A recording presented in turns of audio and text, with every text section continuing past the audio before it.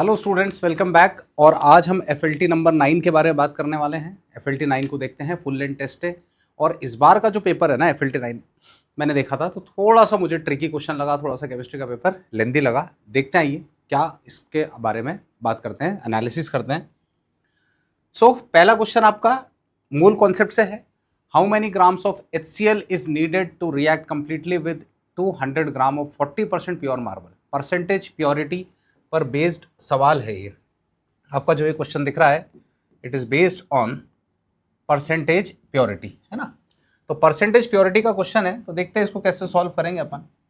तो जब अपन percentage purity की बात करते हैं, ठीक है, तो परसेंटेज प्योरिटी की बात कर रहे हैं तो पहले तो, क्योंकि मोल कॉन्सेप्ट का सवाल है, स्टोइकियोमेट्री का क्वेश्चन है, तो पहले इक्वेशन लिखते हैं इसका।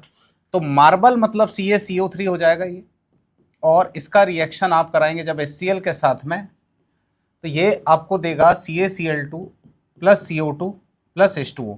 क्योंकि कार्बोनेट जब एसिड से रिएक्ट करता है तो वो देता है salt, carbon dioxide and water. Carbonate react कर रहा है एसिड से, तो सॉल्ट, कार्बन डाइऑक्साइड और वाटर दे रहा है। नाउ बैलेंस करूंगा मैं इक्वेशन को, तो मुझे यहाँ पे 2 लगाना पड़ेगा। तो मेरा इक्वेशन यहाँ पे बैलेंस्ड है, और मुझे यहाँ पे दिख रहा है कि कितना HCl लगेगा।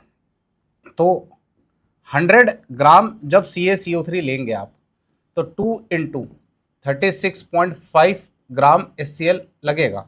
यहाँ पे आप HCl को देखें तो HCl का जो मॉलिक्यूलर मास आएगा मेरे पास में, वो यहाँ पे 36.5 होता है, 2 मोल्स है। तो 100 ग्राम लिया है आपने।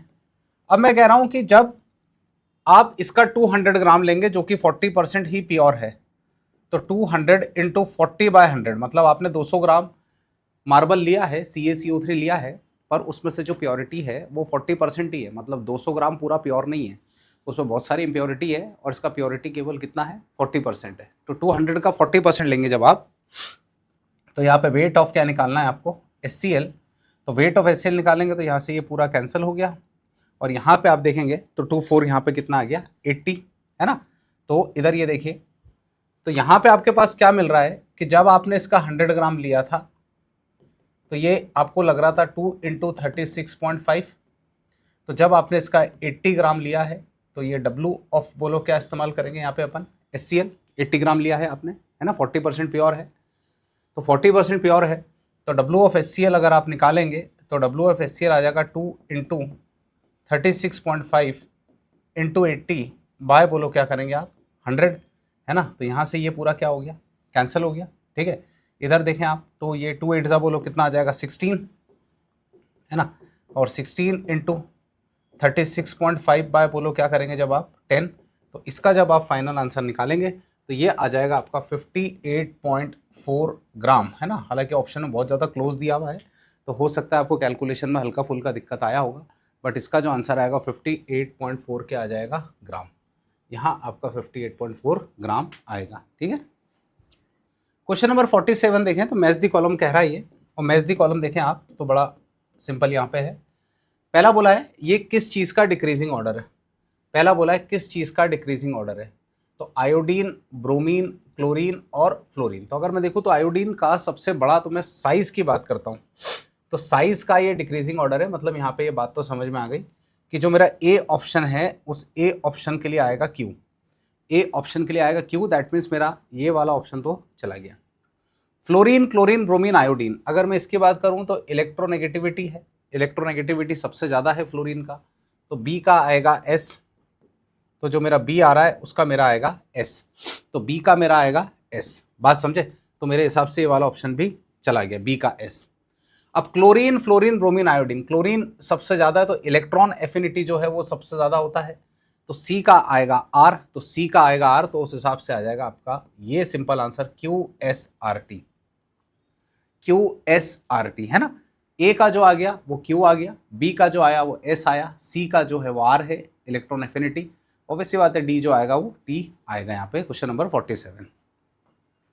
क्वेश्चन नंबर 48 को देखें तो ये भी आपका मूल कॉन्सेप्ट से है, और याद रखिए कि हमारे सिलेबस कुछ इस तरीके से है कि लगभग हर चैप्टर से आपको 2-2 क्वेश्चन तो मिलेंगे। जिनका वेटेज ज़्यादा हो सकता है वहाँ से 3 मिल जाए, लेकिन मिनिमम 2 क्वेश्चन तो आपको मिलेंगे ही मिलेंगे। तो ये कह रहा है कि 2p + q क्या दे रहा है, R, 8 mole of P and 5 mole of Q were produced, है ना। 8 mole of P and 5 moles of Q will produce लिखा है। तो आप अगर इस सवाल को देखें तो कहीं ना कहीं, क्योंकि दोनों की जानकारी दे रखी है, तो ये जो मेरा क्वेश्चन है इसको मैं जब अप्रोच लगाऊंगा सॉल्व करने के लिए, तो मुझे इसमें अप्रोच लगानी पड़ेगी लिमिटिंग रिएजेंट की। मैं यहाँ पे अप्रोच लगाऊंगा किस चीज़ की? Limiting reagent. और लिमिटिंग रिएजेंट की जब अप्रोच लगाएंगे तो 2p दिख रहा है, यहाँ पे आ रहा है q, और दोनों से मिलकर मिल रहा है मुझे r, है ना। तो r कितना बनेगा? तो पहले मैं LR निकाल लूँ। तो LR निकालने की ट्रिक मैंने आपको सिखाई है कि जो भी मोल्स दिए होंगे, तो इसके दिए हैं 8 और इसके मोल्स दिए हैं 5, उसको कोफिशिएंट से डिवाइड करेंगे। तो कोफिशिएंट से डिवाइड करने पे ये 4 आ रहा है, ये 5 आ रहा है। तो आप देखिए ये स्मॉलर वैल्यू आ रही है। आप देखिए यहाँ पे जो है कौन सी वैल्यू आ रही है? Smaller value. तो अगर ये स्मॉलर वैल्यू आ रही है तो डेफिनेटली स्मॉलर वैल्यू आने का मतलब है कि ये आपका जो है ये LR है। और अगर ये LR है तो हम अब इसी से पता करेंगे कि R कितना बनेगा। तो R कितना बनेगा तो उसको अपन देखें। तो यहाँ पे P है, P का यहाँ P है और P का रेशियो हम निकाल रहे हैं किसके साथ में? R के साथ। तो जब P के 2 मोल्स हैं तो R के 1 मोल प्रोड्यूस हो रहे हैं, है ना। आप ध्यान से देख लीजिए, जब यहाँ पे P के 2 मोल्स हैं तो R का 1 मोल प्रोड्यूस हो रहा है। तो इसके जब 8 मोल्स लेंगे आप, तो यहाँ पे बोलो क्या आ जाएगा? X। तो X बराबर आ जाएगा 8/2, that is equal to 4 moles of R। तो जो R प्रोड्यूस होगा इस R के 4 मोल्स प्रोड्यूस होंगे, ठीक है। तो 4 moles of R will be produced. तो ये आपका सिंपल क्वेश्चन। नेक्स्ट क्वेश्चन आता है ना। यहां पे देखें, match the column with column 2, है ना। थर्ड एल्कली मेटल बोला है ना। तो थर्ड एल्कली मेटल बोला है। तो एल्कली मेटल की जब बात करते हैं तो यहां पे आ जाएगा आपके पास में थर्ड वाला, है ना। तो ये आ गया हाइड्रोजन, लिथियम, सोडियम और ये पोटेशियम। यही होते हैं एल्कली मेटल्स, है ना। हाइड्रोजन, लिथियम, सोडियम और क्या लिखा है? पोटेशियम। तो सोडियम जो दिख रहा है वो थर्ड नंबर पे दिख रहा है। तो थर्ड नंबर पे अगर सोडियम दिख रहा है मेरे को, है ना, तो आप यहाँ पे देखें। अच्छा, एक इंपॉर्टेंट बात और समझें कि ये जो हाइड्रोजन होता है ना, ये जो हाइड्रोजन होता है ये मेटल की कैटेगरी में नहीं है। Hydrogen is not under the category of metal. तो अक्सर बच्चे कंफ्यूज हो जाते हैं कि सर हाइड्रोजन से काउंट करें कि सोडियम से काउंट करें कि पोटेशियम से काउंट करें। तो भाई मेरे ये एल्कली मेटल की कैटेगरी में तो नहीं है। अगर ये एल्कली मेटल की कैटेगरी में नहीं है तो थर्ड की अगर बात करूंगा तो ये फर्स्ट आएगा, ये सेकंड आएगा और ये थर्ड आएगा। तो इसकी अगर बात करूँ तो first period, second period, third और फोर्थ, तो इसका जो कॉन्फ़िगरेशन आएगा 4s1 आएगा ना। इसका जो कॉन्फ़िगरेशन क्या आएगा? 4s1। तो 4s1 अगर कॉन्फ़िगरेशन आएगा तो डेफिनेटली थर्ड एल्कली मेटल अगर आप देखेंगे तो ये 3p6 और 4s1 आ रहा है यहाँ, है ना। दैट इज ए का जो आ रहा है वो s आ रहा है, ए का s। अगला आपसे इसी में बोला है द सेकेंड ट्रांजिशन एलिमेंट। तो सेकेंड ट्रांजिशन एलिमेंट की बात करो। ट्रांजिशन एलिमेंट मतलब डी ब्लॉक का एलिमेंट। तो स्कैंडियम के बाद आता है टाइटेनियम, के बाद वेनेडियम। तो ये सेकेंड है। तो सेकेंड इसका एटॉमिक नंबर 21 है। तो इसका एटॉमिक नंबर बोलो कितना होगा? 22। तो 22 है तो 3d2 आएगा ना। 3d2 4s2, इसको आप देखेंगे तो 3d2 आएगा और बोलो कौन आएगा? 4s2। तो 3d2 और 4s2, है ना। तो 3d2 और 4s2। तो आप देखिए ध्यान से, ये आ गया आपका यहाँ पे 3d2 और 4s2, यानी a का s आ रहा है और b का r आ रहा है। a का s और b का r। तो ऐसा अगर मैं कोई ऑप्शन देखता हूँ, है ना, इस तरीके से, तो मुझे यही आपका आंसर नज़र आता है, जो कि सिंपल सा आंसर है ये, दैट इज फर्स्ट वाला, है ना। फिर फोर्थ नोबल गैस एलिमेंट भी कर सकते हैं। फोर्थ नोबल गैस एलिमेंट देखेंगे तो हीलियम, नियॉन, आर्गन और क्रिप्टॉन। और यहाँ पे देखें तो यहाँ पे थोड़ा सा मिसिंग दिख रहा था, सेकंड हेलोजन आएगा। आप हिंदी मीडियम के इधर से देखिए, यहाँ पे लिखा हुआ सेकंड हेलोजन, द्वितीय हेलोजन। तो सेकंड हेलोजन आप देखिए तो आपको इधर ये मिल जाएगा। तो इस हिसाब से आपका जो आंसर आ रहा है यहाँ पे वो फर्स्ट आंसर आएगा, है ना। अब हेलोजन बोला है तो हेलोजन आपका ये आ जाएगा, सेकंड हेलोजन यहाँ पे आ जाएगा, ये वाला सेकंड हेलोजन बोला है। तो सेकंड हेलोजन मतलब ये आएगा P, है ना। तो D का जो आएगा वो P आ जाएगा, ठीक है।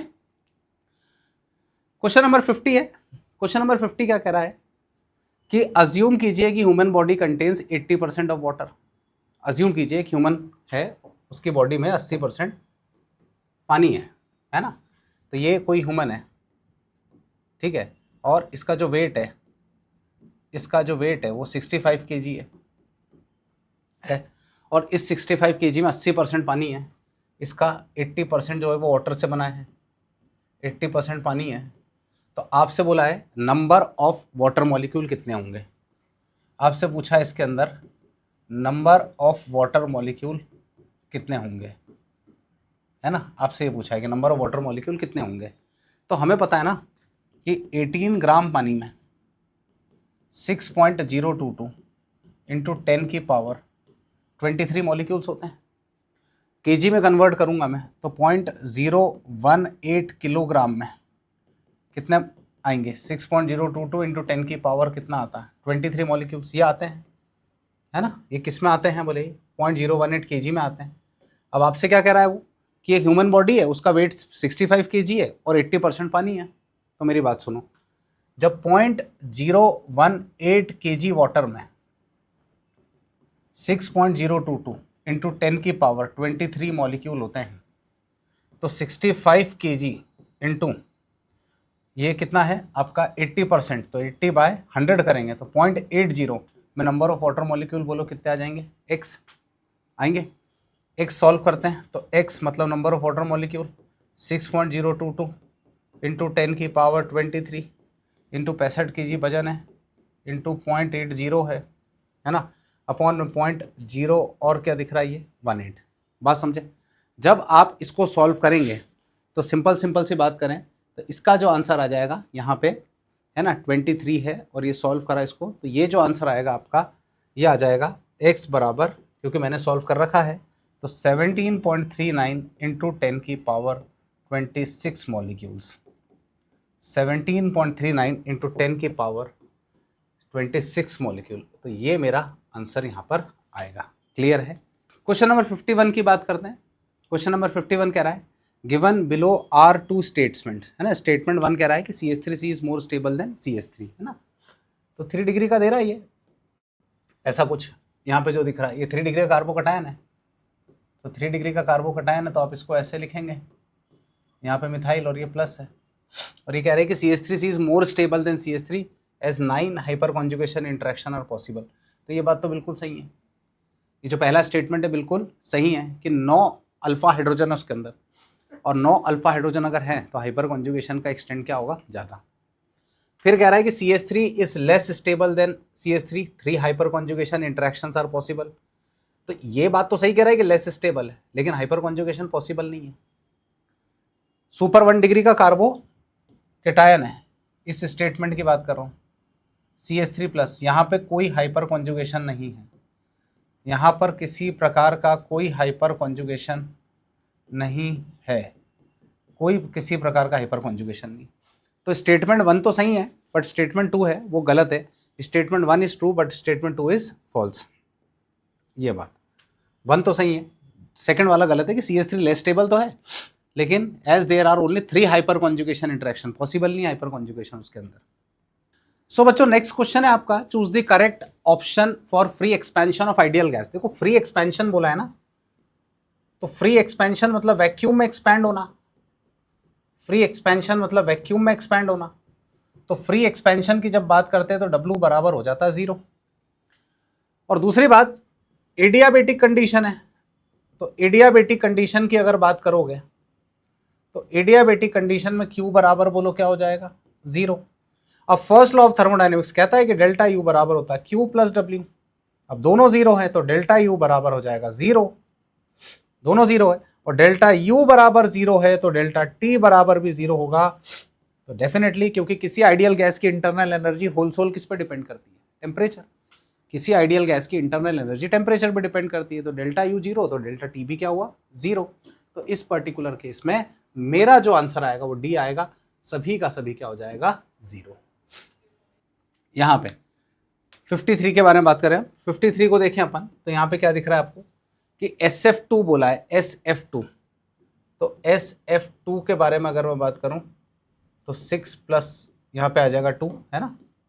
अगर मैं इसका हाइब्रिडाइजेशन वगैरह निकालूं तो 6 + 2/2 करेंगे, है ना, 6 है और 2 है, तो ये आ गया 10, 8/2, 8/2 मतलब कितना हो गया 4 और 2 लोन पेयर। तो SF2 जो आएगा वो V शेप आएगा आपका। SF2 को अगर देखेंगे तो एक लोन पेयर इधर आ जाएगा, एक लोन पेयर इधर आएगा, यहाँ F, इसको अपन जो कहते हैं कौन सा शेप बोलेंगे, V शेप, है ना। तो ये जो आएगा SF2 it is V shape.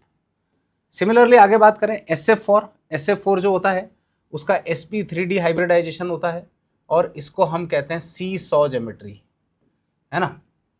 SF6 जो होता है वो ऑक्टाहेड्रल आता है, SF6 जो है वो ऑक्टाहेड्रल आएगा, ठीक है। और यहाँ पे SF5 की माइनस की बात करें तो ये आ जाएगा आपका स्क्वायर पिरामिडल, है ना। तो 6, 5, 11 और 1, 12 स्क्वायर पिरामिडल। तो आप देखिए P का जो आ रहा है वो 4 आ रहा है और P का 4 आ रहा है, तो उस हिसाब से अगर आप देखें तो आपको यही एक ऑप्शन मैच करता हुआ दिखेगा। P का 4 आ रहा है और S का जो आ रहा है वो 1 आ रहा है। Clear. 53। Question number 54, the solubility of NaCl in water is about 6 मोल पर लीटर, है ना।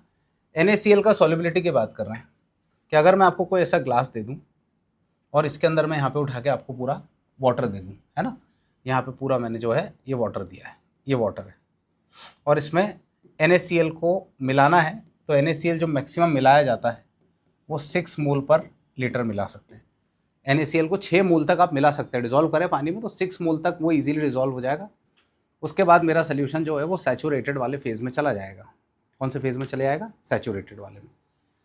अब ये लोग कह रहे हैं कि इसके अंदर, है ना, suppose you add 1 mole of NaCl, 6 मोल तक घोल सकते हो, लेकिन अगर आपने मानो इसके अंदर 1 मोल ऐड करा, आप इसके अंदर 6 मोल तक NaCl को मिला सकते हो, लेकिन आपने ऐड करा केवल और केवल कितना NaCl, 1 मोल NaCl। इफ, है ना, सॉरी, यहाँ पे बात करी कि ऐड करा if 1 mole of NaCl is added, 1 mole of क्या लिखा है, NaCl इज एडेड, तो इजीली डिसॉल्व करेगा, इजीली डिसॉल्व करेगा। अब इजीली डिसॉल्व करेगा तो इजीली डिसॉल्व करने का मतलब प्रोसेस मेरा हो जाएगा स्पॉन्टेनियस, क्योंकि पानी के अंदर नमक मिला रहे हो, तो डेल्टा G का जो वैल्यू आएगा वो लेस देन 0 आएगा, नेगेटिव आएगा। और जब पानी में आप NaCl को डालोगे तो आपका जो NaCl सॉलिड होगा वो पानी में जाने के बाद Na प्लस एक्वस बनाएगा और Cl माइनस भी एक्वस बनाएगा, और जब ऐसा होगा तो डेल्टा S का वैल्यू ग्रेटर देन 0 आ जाएगा, डेल्टा G का वैल्यू लेस देन 0 और डेल्टा S का वैल्यू बोलो क्या आ जाएगा, ग्रेटर देन 0। तो मेरा जो आंसर आएगा वो यहाँ पर मेरा आंसर आएगा, that is B answer. Clear है। 55, Kc for reaction A plus B gives C plus D is 9, है ना। ये एक रिएक्शन है, तो अपन यहाँ पे सॉल्व करते हैं इस रिएक्शन को। तो आप देखेंगे तो A प्लस बी मिलकर दे रहा है C प्लस D, और Kc का जो वैल्यू आ रहा है वो बोलो कितना आ रहा है, 9। A प्लस बी क्या दे रहा है, C प्लस D, Kc का वैल्यू कितना आ रहा है, 9। इसके इनिशियल मोल्स को मैंने A मान लिया, इसके इनिशियल मोल्स को B मान लिया, इसको मैंने माना 0, इसको माना 0। मैंने कहा ये x बना होगा, ये बना होगा x, तो ये बना होगा A माइनस एक्स और ये बना होगा B माइनस एक्स, है ना। ये t बराबर 0 पे और ये t बराबर इक्विलिब्रियम, वॉल्यूम की ज़रूरत नहीं है क्योंकि बराबर मोल्स हैं। अब A का वैल्यू भी 1 दे रखा है और B का वैल्यू भी 1 दे रखा है। आपसे बोला है C के मोल्स बताइए, है ना, C के मोल्स फॉर्म दैट इक्विलिब्रियम। तो इस टाइप के सवाल में हम लिखेंगे Kc बराबर C, यहाँ पे D, यहाँ पर A, इधर आएगा B, क्योंकि दोनों साइड मोल्स बराबर हैं, तो Kc बराबर आ जाएगा x, यहाँ पर भी x, 1 माइनस एक्स और यहाँ पे भी 1 माइनस एक्स, क्योंकि इनिशियल मोल्स 1 दे रखे हैं। A और B के इनिशियल मोल्स कितने दे रखे हैं, 1। सॉल्व करोगे इसको तो Kc बराबर ये बनेगा आपका x का स्क्वायर और ये आ जाएगा 1 माइनस एक्स का होल स्क्वायर। इधर लाएंगे तो रूट ऑफ Kc बनेगा, और रूट ऑफ Kc बनेगा तो x upon 1 minus x, root of Kc मतलब रूट ऑफ 9, है ना। यहाँ पे x अपॉन 1 माइनस एक्स, 3 बराबर x upon 1 minus x. Multiply करेंगे तो 3 minus 3x equal to x, 3 बराबर 4x, x equal to 3/4, that is equal to 0.75, है ना। तो C के जो मोल्स आ रहे हैं आपके वो कितने आ रहे हैं, 0.75। C के जो मोल्स आ रहे हैं वो 0.75 आ रहे हैं एट इक्विलिब्रियम। क्या मेरी बात क्लियर है? चलिए नेक्स्ट क्वेश्चन है आपके पास, क्वेश्चन नंबर 56। स्टेटमेंट 1 कह रहा है permanganate titration in presence of hydrochloric acid are unsatisfactory. मतलब जब पोटेशियम परमैंगनेट का इस्तेमाल करते हैं हम टाइट्रेशन में, है ना, पोटेशियम परमैंगनेट का जब हम KMnO4 का इस्तेमाल करते हैं टाइट्रेशन में तो हमें एसिडिफिकेशन कराना पड़ता है ना, टाइट्रेशन में हमें कराना पड़ता है एसिडिफिकेशन। तो एसिडिफिकेशन जब कराते हैं तो यहाँ पे ये कह रहे हैं कि हम इसके अंदर डाइल्यूट HCl का इस्तेमाल नहीं करते हैं, बल्कि मैं आपको बता दूं कि हम यहाँ पे इस्तेमाल करते हैं डाइल्यूट H2SO4 का। बात समझे? जब हम ये करवाते हैं क्या चीज़, टाइट्रेशन, तो परमैंगनेट टाइट्रेशन जब भी कराते हैं, जब हम KMnO4 का इस्तेमाल करते हैं तो वहाँ पे हमें सोल्यूशन को एसिडिफाई करना पड़ता है, एसिड मिलाना पड़ता है थोड़ा उसमें टाइट्रेशन के टाइम पे। तो वहाँ पे हम हाइड्रोक्लोरिक एसिड नहीं मिलाते हैं। वो इसलिए नहीं मिलाते हैं क्योंकि अपने आप में ध्यान रखिएगा कि MnO4 एक टाइप का स्ट्रॉन्ग ऑक्सीडाइजिंग एजेंट होता है। तो जब आपका MnO4 माइनस हाइड्रोक्लोरिक एसिड मतलब Cl माइनस के कॉन्टैक्ट में आता है तो ये खुद तो बन जाता है Mn2 प्लस और इसको ऑक्सीडाइज करके Cl2 बना देता है। Cl2 का ऑक्सीडेशन हो जाता है। सर H2SO4 क्यों इस्तेमाल कर लेते हैं? H2SO4 इसलिए इस्तेमाल कर लोगे क्योंकि आपका sulphur already highest oxidation state में पॉसिबल है, प्रेजेंट है, ऑलरेडी +6 में प्रेजेंट है वो। अब उसके पास ऑप्शन नहीं है फर्दर ऑक्सीडाइज होने का कि वो +7 में चले जाए कि +8 में चले जाए, वो ऑलरेडी हाईएस्ट ऑक्सीडेशन स्टेट में है। इसलिए जब परमैंगनेट टाइट्रेशन कराते हैं ना तो क्लोराइड का इस्तेमाल नहीं करते हैं क्योंकि वो ऑक्सीडाइज होकर किस में कन्वर्ट हो जाता है, Cl2 में। चलिए सवाल की तरफ बढ़ते हैं। तो permanganate titrations in presence of hydrochloric acid are unsatisfactory, ये बात बिल्कुल सही है। Hydrochloric acid is oxidize to chlorine, बिल्कुल सही है, Cl2 गैस बन जाता है बाय MnO4, ये बात भी बिल्कुल सही है। तो स्टेटमेंट 1 भी करेक्ट है, स्टेटमेंट 2 भी करेक्ट है एंड स्टेटमेंट 2 जो है वो करेक्ट एक्सप्लेनेशन फॉर स्टेटमेंट 1 है, ये बात ठीक है। स्टेटमेंट 1 भी करेक्ट है, स्टेटमेंट 2 भी करेक्ट है और करेक्ट एक्सप्लेनेशन भी है, तो ए आंसर आएगा इसका। क्वेश्चन नंबर 57 की बात करें, in the following reaction twice of N2O5 gives 4NO2 and O2। Kp Kc में रिलेशन पूछा है और Kp Kc में रिलेशन पूछा है तो हमें पता है कि Kp बराबर होता है Kc RT की पावर डेल N। अब पहले अगर मैं यहाँ पे डेल N की वैल्यू निकालूं, इस पर्टिकुलर केस में डेल N की वैल्यू निकालूं तो डेल NG का वैल्यू निकालूंगा तो मैं यहाँ पे लिखूंगा 1 और ये 4, तो 5 - 2, 5 - 2 3, पॉजिटिव वैल्यू आ रही है, 5 - 2 3 आ रही है, पॉजिटिव वैल्यू आ रही है। तो पॉजिटिव वैल्यू अगर आ रही है तो मैं यहाँ पे लिखूंगा Kp बराबर Kc और RT की पावर में 3। तो डेफिनेटली मुझे यहाँ पे पता चल रहा है कि Kp जो मेरा आ रहा है वो ग्रेटर देन, बोलो क्या आ रहा है, Kc। Kp मेरा ग्रेटर देन Kc आएगा। लेकिन अब रिएक्शन को रिवर्स कर दिया है। अगर रिएक्शन को रिवर्स कर दिया है तो रिएक्शन को रिवर्स करने पे अगर मैं इसका डेल NG निकालूंगा तो 2 - 5 करूंगा, 2 - 5 मतलब -3 हो जाएगा, 2 - 5 मतलब क्या हो जाएगा, -3। तो -3 आएगा तो Kp बराबर Kc RT की पावर में -3 आएगा तो Kp का वैल्यू कम हो जाएगा और Kc का वैल्यू ज़्यादा हो जाएगा। Kp का वैल्यू कम और Kc का वैल्यू ज़्यादा, तो जाहिर सी बात है आप देखेंगे तो पहले में Kp ग्रेटर देन Kc और दूसरे में Kp लेस देन Kc। आप देखें तो आपको ये पहला वाला, ये जो ऑप्शन दिख रहा है आपका बी ऑप्शन, ये आपका सही है। क्वेश्चन नंबर 58 की बात करते हैं, ऑक्साइड्स के ऊपर है। ऑक्साइड के मतलब मैंने बहुत सारे क्वेश्चन में आपको बताई भी है, शॉर्ट ट्रिक भी बताई है, यूट्यूब पे मेरा वीडियो भी डला है ऑक्साइड नाम से, आप चाहो तो उसको देखेंगे तो आपको और क्लैरिटी आएगी कि ऑक्साइड का सवाल कभी गलत ही ना हो, है ना। मेरे नाम से आप सर्च करेंगे ऑक्साइड तो आपको मिल जाएगा। तो वेनेडियम की बात करें तो वेनेडियम यहाँ पे +5 में, नॉर्मली मेटल के ऑक्साइड है ना, नॉर्मली मेटल ऑक्साइड अगर +1, +2, +3 में है तो वो बेसिक होते हैं, +4 में होते हैं मेटल के ऑक्साइड तो वो एम्फोटेरिक होते हैं, अगर +5 में है, +6 में है, +7 में है तो वो एसिडिक होते हैं। कैसे होते हैं, एसिडिक होते हैं। तो पहले बेसिक फिर एम्फोटेरिक और फिर देखो क्या दिख रहा है, एसिडिक। बात समझे? तो आप देखें यहाँ पे तो जाहिर सी बात है कि आप देखेंगे तो V2O5 जो आ रहा है वो +5 में आ रहा है, लेकिन ध्यान रखिए एम्फोटेरिक ऑक्साइड की कैटेगरी में आता है ये जो है ये एम्फोटेरिक ऑक्साइड की कैटेगरी में आता है। मैंने इसमें अब गाना भी सिखाया था आपको पहले भी, जनाबे अली गाए सुना करे आसमान के वो सभी, वो मतलब वेनेडियम +5 में 3533 प्रभु, ये गाना सिखाया था। तो वेनेडियम का ऑक्साइड जो एम्फोटेरिक आएगा Mn2O7 मैंगनीज +7 में है, तो ये एसिडिक आएगा। बोलो आया सर। CrO5, तो CrO5 को देखेंगे तो ये बेसिक आएगा आपका, है ना। और Fe2O3 जो दिख रहा है यहाँ पे, है ना, इसको अपन देखें। अच्छा यहाँ पे एक बात का ध्यान रखना कि इस ऑप्शंस की बात करूँ तो ये बेसिकली यहाँ पे पेरोक्साइड लिंकेज आएगा CrO5 में। CrO5 जो होता है ना, CrO5 को आप देखेंगे तो CrO5 में ये ऐसा कुछ होता है, ये बटरफ्लाई स्ट्रक्चर होता है।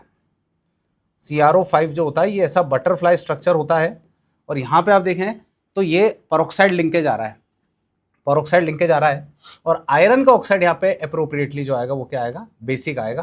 तो अगर मैं इस क्वेश्चन को देखूँ आपके, तो यहाँ पे आप देखेंगे तो मुझे यहाँ पे मिल रहा है P का जो आ रहा है वो 4 आ रहा है, और Q का जो आ रहा है वो 2 आ रहा है, मतलब यही वाला एक ऑप्शन इसमें मैच करता हुआ मुझे दिखाई दे रहा है 58 में। ठीक है, क्लियर है। ये पेरोक्साइड लिंकेज है CrO5 में, और यहाँ पे जो ऑक्सीजन है इसका OS जो होता है, OS मतलब ऑक्सीडेशन स्टेट, ये -1 है। OS जो है वो कितना है, -1। Question number 59, dissociation constant of monobasic acid. Monobasic मतलब HCl, HBr, HI, इस टाइप के मोनोबेसिक एसिड। तो मोनोबेसिक एसिड है तो उस मोनोबेसिक एसिड को मैं मानता हूं HA से, और HA के 4 एसिड दे रखे मुझे। एक एसिड A दिया है, एक B दिया है, एक C दिया है और एक D दिया है। और A के बारे में बात करूं तो इसका वैल्यू मुझे दिया है 6 × 10⁻⁻⁴। B की बात करूं तो 5 × 10⁻⁻5, 5 × 10⁻⁻5। C की बात करूं तो 3.6 × 10⁻⁻6, है ना। और अगला दिया है 7 × 10⁻⁻10। तो अगर मैं यहाँ पे डिसोसिएशन कांस्टेंट की बात करूं, मतलब मैं यहाँ बात कर रहा हूँ Ka का, और Ka का वैल्यू यहाँ पे जो आ रहा है वो मैक्सिमम आ रहा है। मैक्सिमम आने का मतलब है स्ट्रॉन्ग एसिड, मैक्सिमम आने का मतलब है स्ट्रॉन्ग एसिड Ka का वैल्यू है ज़्यादा है, ज़्यादा होने का मतलब फॉरवर्ड डायरेक्शन में ज़्यादा गया स्ट्रॉन्ग एसिड। और अगर स्ट्रॉन्ग एसिड अगर है तो pH का वैल्यू जो आएगा वो डेफिनेटली लो आएगा। तो A वाले का pH सबसे कम, फिर उससे ज़्यादा B, फिर उससे ज़्यादा C, उससे ज़्यादा D। बोलो आया। Ka की वैल्यू अगर इंक्रीज है तो एसिडिक स्ट्रेंथ भी इंक्रीज होगी, एसिडिक स्ट्रेंथ भी इंक्रीज होगी। तो सबसे कम pH जो आएगा वो A वाले का आएगा। A का pH अगर सबसे कम आ रहा है तो उससे ज़्यादा B, फिर C, फिर ये D। Simple answer. ठीक है, तो आपको जो है इस बात का अपने को अच्छे से ख्याल रखना है कि Ka का वैल्यू इंक्रीज होने से एसिडिक स्ट्रेंथ भी क्या होता है, इंक्रीज होता है। ठीक, चलिए क्वेश्चन नंबर 60 की तरफ बढ़ते हैं। आपको बोला है इनकरेक्ट मैच फॉर, इसके लिए बोला है, और इनकरेक्ट मैच बोला है। अगर इनकरेक्ट मैच बोला है तो H2O जो दिख रहा है वो मेरा WFL है। WFL का मतलब होता है वीक फील्ड लिगेंड। WFL मतलब वीक फील्ड लिगेंड है। आइए एक एक करके चेक करते हैं। तो सबसे पहला मुझे यहाँ पे बोला Mn2+, तो Mn2+ का अगर आप कॉन्फ़िगरेशन देखेंगे तो D5 आएगा, और D5 बोला है तो इसका जो इलेक्ट्रॉनिक कॉन्फ़िगरेशन बोले हैं वो T2G3 और Eg2 बोला है ना। तो बिल्कुल सही है ये तो, कि T2G3 आ रहा है और Eg बोलो क्या आ रहा है 2, ये बात सही है क्योंकि वीक फील्ड लिगेंड है। T2G3 अगर है और Eg2 है तो आपको मैं यहाँ पे थोड़ा सा साइड में बता दूँ कि ये जो लेवल होगा ये Eg लेवल होता है, और ये वाला जो लेवल होगा वो T2G होगा। इसको अपन कहते हैं T2G, इसको अपन कहते हैं Eg, और इसको अपन कहते हैं डेलो, है ना। तो वीक फील्ड लिगेंड है तो ऊपर नीचे दोनों तरफ इलेक्ट्रॉन भरेंगे, है ना। पहले 3 इधर आ जाएंगे फिर 2 ऊपर आएंगे। सॉरी। तो अब अगर देखें अपन CFSE निकालना है मुझे इसका, तो CFSE का तरीका होता है 0.4 × x, 0.6 × बोलो कितना होता है y, ये होता है 0.4 × x की अगर बात करूं मैं तो -0.4 × बोलो क्या करेंगे अपन 3, और 0.6 × बोलो क्या करेंगे 2, है ना। तो यहाँ पे देखेंगे तो -1.2 है ना, +1.2, तो आंसर जो आएगा वो 0 डेल ओ आएगा। इसका मतलब ये जो बात आपको दिख रही है ये बात तो एकदम से सही है, ये बात तो करेक्ट है, इनकरेक्ट पूछा है आपसे। आगे देखते हैं, T2G3 बोला है, तो T2G3 बोला है तो वेनेडियम है +3 है, +3 बोला है तो 3D3 बोलेंगे, D3 बोला है तो T2G3 है, बिल्कुल सही दिया है, और Eg 0 है। और अगर मैं यहाँ पे वैल्यू निकालूँ CFSE का, तो CFSE का वैल्यू आ जाएगा -0.4 × 3 + 0.6 इंटू बोलो क्या है 0, तो आ जाएगा -1.2 ऑफ बोलो कौन है, डेलो, है ना। तो ये बात भी आप देखें तो बिल्कुल ये बात सही नज़र आ रही है, ये बात बिल्कुल सही नज़र आ रही है। Ni2 का ट्राई करते हैं, कॉन्फ़िगरेशन दे रखा है उन्होंने, तो Ni2 को देखें अगर आप, तो Ni2+ आ रहा है, और Ni2+ मतलब 3D8 होगा, और 3D8 को अगर देखेंगे तो T2G यहाँ पे आपको जो दिख रहा है ये T2G 6 आएगा, और Eg बोलो कितना आ रहा है, 2 आ रहा है। अब T2G 6 और Eg 2 आ रहा है, तो अगर मैं इसका CFSE देखूं, अगर मुझे इसका CFSE निकालना है तो -0.4 इंटू मैं करूँगा 6 आया, एंड प्लस में करूँगा, प्लस में आ जाएगा मेरे पास में 0.6 इंटू 2, सॉल्व करूँगा तो -2.4 आ जाएगा, और +1.2 आएगा, तो इसको सॉल्व करूँगा तो -1.2 ऑफ डेलो आ रहा है। पर ये जो आंसर दे रहे हैं ये कह रहे हैं कि -1.6 है, तो यही मेरा आंसर गलत है, आपसे इनकरेक्ट पूछा है, इसका मतलब हमारा जो है वो यही आंसर आने वाला है, यही हमारा इनकरेक्ट है, तो यही हमारा आंसर रहेगा इस पर्टिकुलर केस में। क्लियर है, तो यही मेरा करेक्ट आंसर है। चलिए क्वेश्चन नंबर आगे बात करते हैं 61 की तरफ। Among the following identify the species with atom in +6 oxidation state. +6 के साथ में ऑक्सीडेशन स्टेट अगर आप निकालेंगे तो Mn पे देखेंगे तो +7 आ जाएगा, ये बहुत इजी क्वेश्चन है। निकल को देखेंगे यहाँ पे, तो निकल पे आ रहा है ये X और ये +4 आएगा, है ना। Cr को देखेंगे +3 आएगा। यहाँ देखें CrO2Cl2 दिख रहा है आपको, तो CrO2Cl2 दिख रहा है, तो Cr को मान लो आप X, ऑक्सीजन पे चार्ज होता है -2 into 2 +- 1 into 2 equal to 0, x बराबर जो आएगा वो कितना आ जाएगा, +6। x बराबर जो आएगा वो बोलो कितना आ जाएगा, +6, ये आ जाएगा। ठीक है, तो यही आपका आंसर आने वाला है, डी आंसर। क्लियर है। क्वेश्चन नंबर 62 की बात करते हैं। Match list 1 with list 2। NiCl4 2- दिख रहा है, NiCl4 2- है ना। तो NiCl4 की अगर मैं बात करूं तो NiCl4 और यहाँ पे जो 2- दिख रहा है, इसमें जो है sp3 हाइब्रिडाइजेशन होता है, यहाँ पे जो हाइब्रिडाइजेशन होता है ना, बात समझे कैसा हाइब्रिडाइजेशन होता था, sp3। तो sp3 हाइब्रिडाइजेशन की अगर मैं बात करूं तो d ऑर्बिटल यूज नहीं हो रहा है, इसलिए यहाँ पे आएगा नो d ऑर्बिटल, तो 1 का 4, तो 1 का 4 आया ना, इसका मतलब आपके ये वाले जो दो चीज़ें हैं ये तो बिल्कुल गए। अब हमें जो भी बात करनी हो यहाँ बात करनी, तो 1 का 4 आ गया। NiNH3 6 आ रहा है। अब NiNH3 है तो स्ट्रॉन्गर लिगेंड है ना।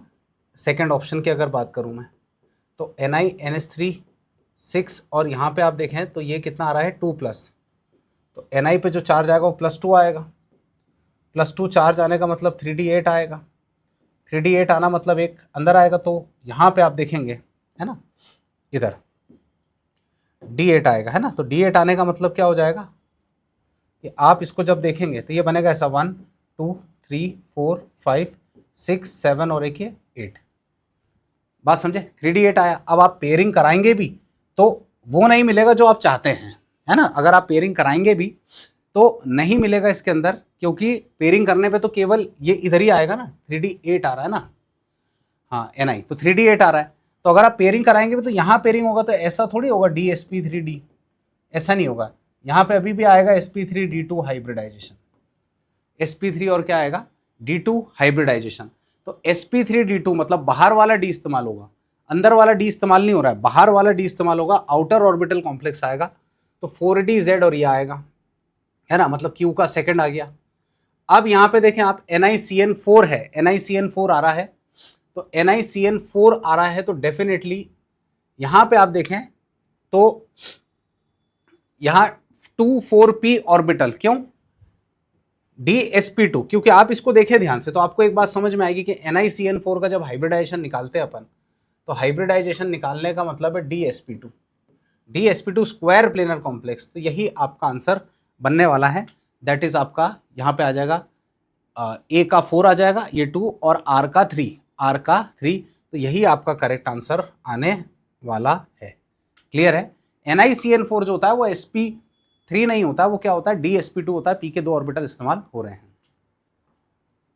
नेक्स्ट क्वेश्चन, इन CrO2NH3 4H2OCl2 oxidation number chromium +3 दिया है, O2 विल बी। तो देख लेते जरा O2 किसके फॉर्म में होगा, आइए जरा चेक करते हैं। तो यहाँ पे दिया हुआ है मेरे पास Cr है, यहाँ पे दिया हुआ है O2 है, यहाँ पे दिया है NH3 यहाँ पर दिया है H2O और यहाँ दिया Cl2 और इसका स्टेट निकालना है। तो क्रोमियम का दिया 3 + x है ना, O2 की बात कर रहा हूँ मैं, O2 का निकाल रहा हूँ। 3 + x +0 +0 -2 = 0। x की बात अगर करूँ तो उधर जाएगा ये, तो ये आ जाएगा +2 -3, तो x की वैल्यू आ रही है -1।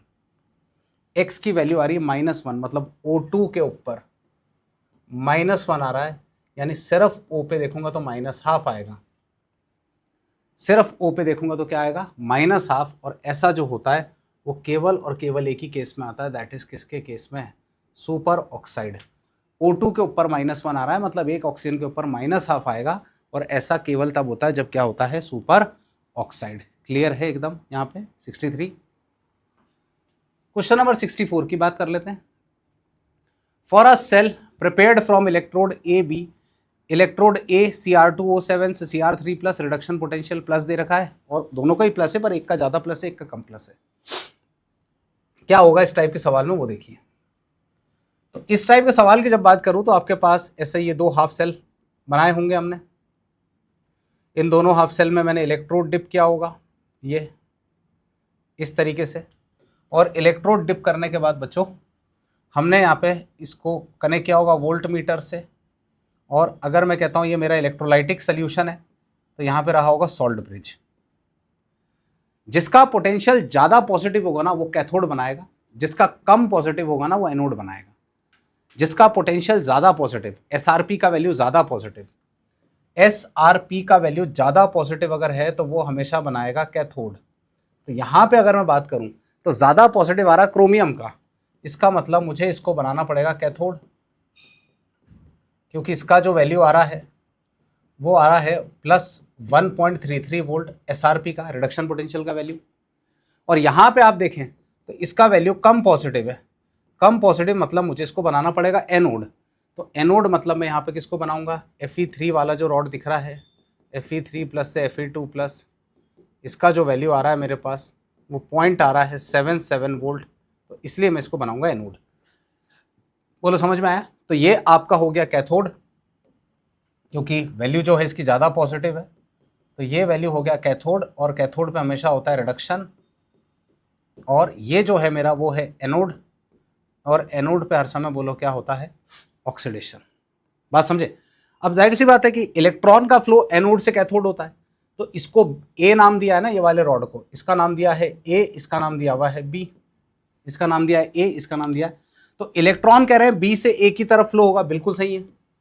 इलेक्ट्रॉन का फ्लो जो होगा वो बी से ए की तरफ होगा, बिल्कुल सही है। EMF ऑफ सेल बोला 0.56, तो निकाल के देख लेते हैं। तो हमें पता है कि E0 सेल जो होता है equal to E0 of right minus E0 of left. Right की वैल्यू आ रही है 1.33, लेफ्ट की वैल्यू आ रही है 0.77, 1.33 और ये पॉइंट बोलो कितना आ रहा है, 77। आप सॉल्व करोगे 0.56 ही आएगा, बिल्कुल सही आ रहा है। ये 0.56 वोल्ट आ रहा है, बिल्कुल सही है, इसमें कोई डाउट नहीं। A will be positive electrode, a positive cathode, ध्यान रखना पॉजिटिवली चार्ज होता है, एनोड नेगेटिवली चार्ज होता है। गैल्वेनिक सेल में, गैल्वेनिक सेल में, गैल्वेनिक सेल में कैसा चार्ज होता है, ये पॉजिटिवली चार्ज्ड। तो बिल्कुल सही है, इसके अंदर सारी चीजें सही हैं, तो आंसर जो मेरा आएगा वो ऑल ऑफ दीज आएगा। ठीक है, नेक्स्ट क्वेश्चन की तरफ बढ़ते हैं। For the half cell given, platinum है, हाइड्रोजन इलेक्ट्रोड है 1 atm और बोला pH 2, मतलब यहाँ पे कुछ ऐसा हो रहा है।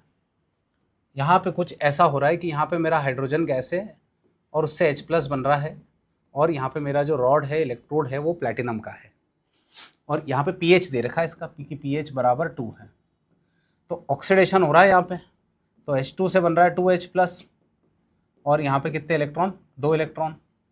मैं अगर इसके लिए नर्स्ट इक्वेशन लिखूंगा तो E यहाँ पे लिखूंगा मैं, क्योंकि ऑक्सीडेशन हो रहा है, तो मैं लिखूंगा EOP बराबर E0OP minus 0.059 by N log of product upon reactant.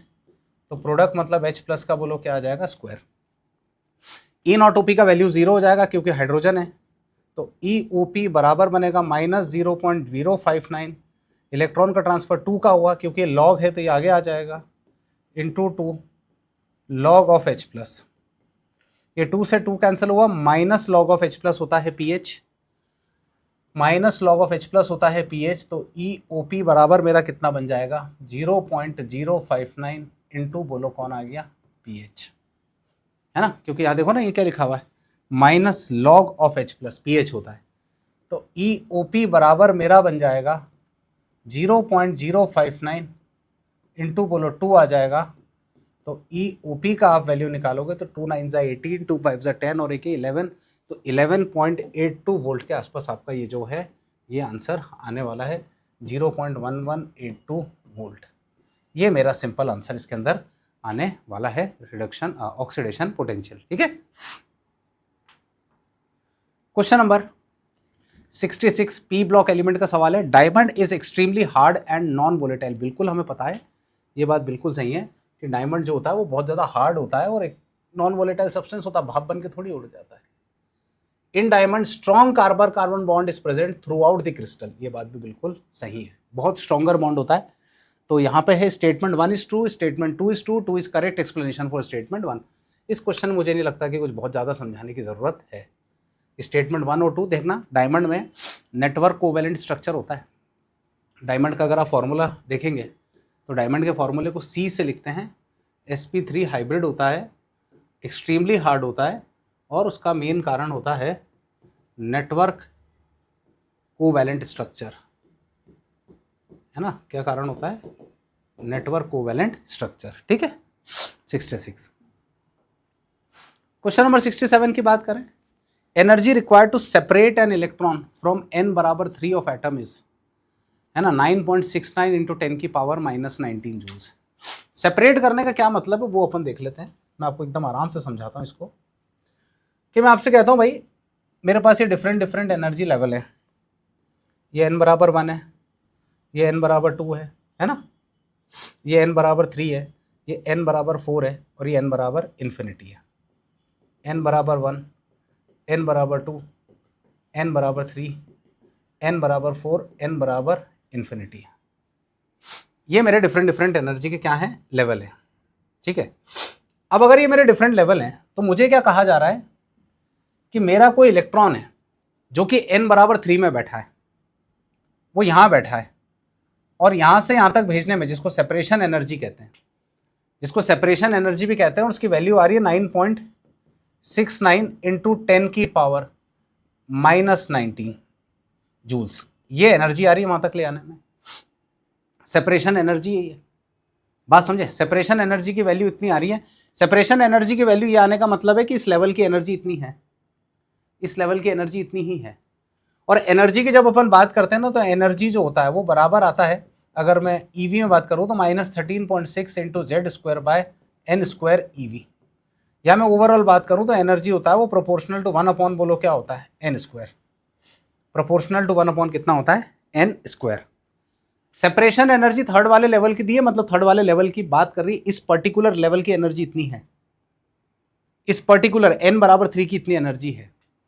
आपसे पूछा है what will be the energy in first excited state, तो फर्स्ट एक्साइटेड स्टेट मतलब n बराबर 2 की बात कर रहा है वो, n बराबर 2 की इसके अंदर। तो इसके अंदर एनर्जी निकालना है, तो मैं लिखूंगा E3 upon E2 equal to लिखूंगा N2 का स्क्वायर अपॉन N3 का स्क्वायर, इनवर्स हो जाएगा ना, E3 अपॉन E2। तो E2 की वैल्यू अगर मुझे निकालनी है तो E2 की वैल्यू निकालूंगा तो मैं लिखूंगा E3 इंटू N3 का स्क्वायर अपॉन N2 का स्क्वायर मैं यहाँ पे वैल्यू डालूंगा अगर, तो E3 बराबर यहाँ पे मुझे मिलेगा E2 की वैल्यू निकालनी है ना, तो E2 की वैल्यू निकालनी है, तो E2 बराबर E3 की वैल्यू तो दे रखी है मुझे, कितनी दे रखी है 9.69 इंटू 10 की पावर -19 इंटू N3 का स्क्वायर हो जाएगा 9/4, तो 9/4 इंटू 9.69, दैट इज आंसर कौन सा है, बी।